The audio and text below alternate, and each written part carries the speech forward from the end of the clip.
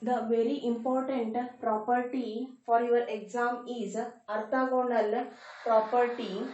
Here alpha and beta are the two distinct roots. Jn of x is equal to 0. Then the Jn we already know, that is a Bessel differential equation. 0 to 1 x Jn alpha x Jn of beta x is equal to 0 if alpha is not equal to beta. 1 by 2 Jn dash alpha whole square if alpha is equal to beta. Here we are studying two cases when alpha is equal to beta, alpha is not equal to beta. Before applying that two cases, we have to simplify the term. That is, first we have to write the Bessel equation in terms of lambda x. That is x square d square y by dx square plus x dy by dx. Here in the place of x we have to take a lambda x, lambda square x square minus n square y is equal to 0. If u we have to consider as a Jn of alpha x and v we have to consider as a Jn of beta x. By applying these two terms in this Bessel equation, that become x square u double dash, first term we have to take it u double dash plus x u dash plus alpha square x square minus n square y is u is equal to 0. This we call it as a equation number 1. Now we have to consider it as a v term, that is x phi dash plus alpha square x square, here beta square x square minus n square phi is equal to 0. That is equation number 2. For this equation 1 and 2, for 1 we have to multiply with v by x and for 2 we have to multiply with u by x. Now we have to get these terms. X square x get cancelled, we have to take 1x v u double dash plus, here also x get cancelled, v u dash plus, here we have to take alpha square x square u v, 1x get cancelled, minus n square u v divided by x is equal to 0. Next we have to take a u by x for the equation number 2. Here again x, this x and x get cancelled, x u phi double dash plus, again x get cancelled, this become u phi dash plus. Now separate the terms, again x get cancelled, beta square x u phi minus n square u phi divided by x is equal to 0. After getting these two, we have to subtract these two terms.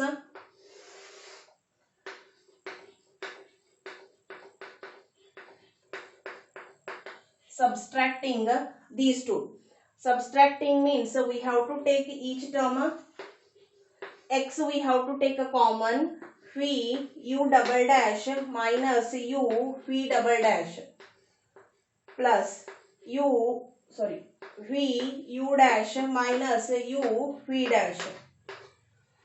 Next plus u phi x we have to take a common, alpha square minus beta square. Here minus means these two terms get cancelled. Now after getting this, this is nothing but the differentiation of this term. Here x is there, here x is not there. This we have to differentiate. The term will get this one. This we have to rearrange in terms of d by dx of phi u dash minus u phi dash is equal to, this term we have to take the right side, this become minus. That's why we have to interchange this beta square minus alpha square u v x. Now after getting this differentiating term, we have to apply the integration with the limits of 0 to 1. Integrating 0 to 1. Now integration 0 to 1 d by dx of phi u dash minus u phi dash is equal to integration of 0 to 1 beta square minus alpha square u phi x. The differentiation and this term get cancelled and you have to write this term with the limit. Now integrating both side and it become x phi u dash minus u phi dash of 0 to 1 is equal to beta square minus alpha square 0 to 1 x u phi dx. Now first we have to substitute x as a 1 and x as a 0 means this whole term becomes 0. That's why x v u dash minus u phi dash at x is equal to 1 is equal to beta square minus alpha square is equal to 0 to 1 x u phi dx. This we call it as a equation number 3. Now you have to take a j n, u is equal to jn of alpha x and v is equal to jn of beta x. Here you have to differentiate what is a j dash means with respect to x we are doing means alpha we have to take a outside, that is a constant. Similarly for a v dash, beta is a constant and beta x. These two terms we have to substitute here in equation 3. Substitute in 3. Now here also we have to substitute x is equal to 1, we have to substitute the 1 here, and v we have to substitute. Phi is jn of beta x and u dash is alpha jn of alpha x minus u is jn of alpha x, phi dash is beta of jn of beta x is equal to beta square minus alpha square integration of 0 to 1 x keep as it is and uv you have to replace it as jn of alpha x and jn of beta x dx. After that this beta square minus alpha square we have to take this side. Therefore integration of 0 to 1 x jn of alpha x jn of beta x is equal to 1 divided by beta square minus alpha square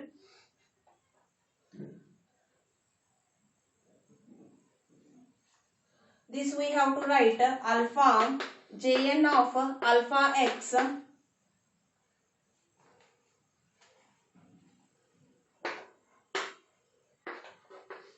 jn of beta x minus beta jn dash of beta x jn of alpha x. This is we call it as equation number 4. After that substitute the alpha is equal to 1, alpha is equal to beta and alpha is not equal to beta. Now first case alpha is not equal to beta. Alpha and beta are the two distinct roots as we know in the statement of our orthogonal property. Yes. Now alpha and beta are the two distinct roots. Then jn of x is equal to 0. Similarly that jn of alpha is equal to 0. Jn of beta is equal to 0. The RHS of that term equation 4 become RHS of equation 4 is beta square minus alpha square is not equal to 0. then it become beta square is not equal to alpha square. That is beta is not equal to alpha, alpha is not equal to beta. Therefore 0 to 1 x jn of alpha x and jn of beta x. The term become 0. This is a equation number 5. This is a first case. If second case, if alpha is equal to beta. If alpha is equal to beta means the term, the RHS of equation 4. RHS of equation 4 become 0 by 0 and indeterminate term we have to get. After getting the indeterminate form, we can't apply the L'Hospital rule by applying limit as beta tends to alpha. That's why we have to apply the L'Hospital rule by simplifying this. Now, applying the L'Hospital rule as a limit beta tends to alpha.